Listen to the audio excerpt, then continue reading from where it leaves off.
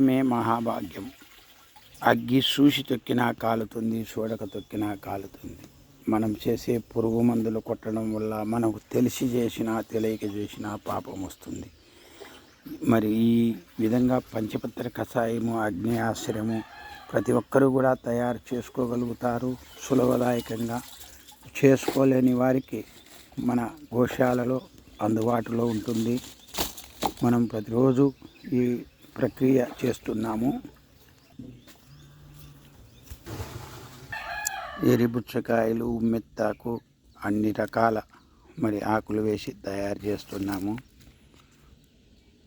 బ్రహ్మాశ్రము దొరుకుతుంది, అగ్ని ఆశ్రము దొరుకుతుంది, దశపన్ని కషాయము దొరుకుతుంది, బీజామృతం దొరుకుతుంది.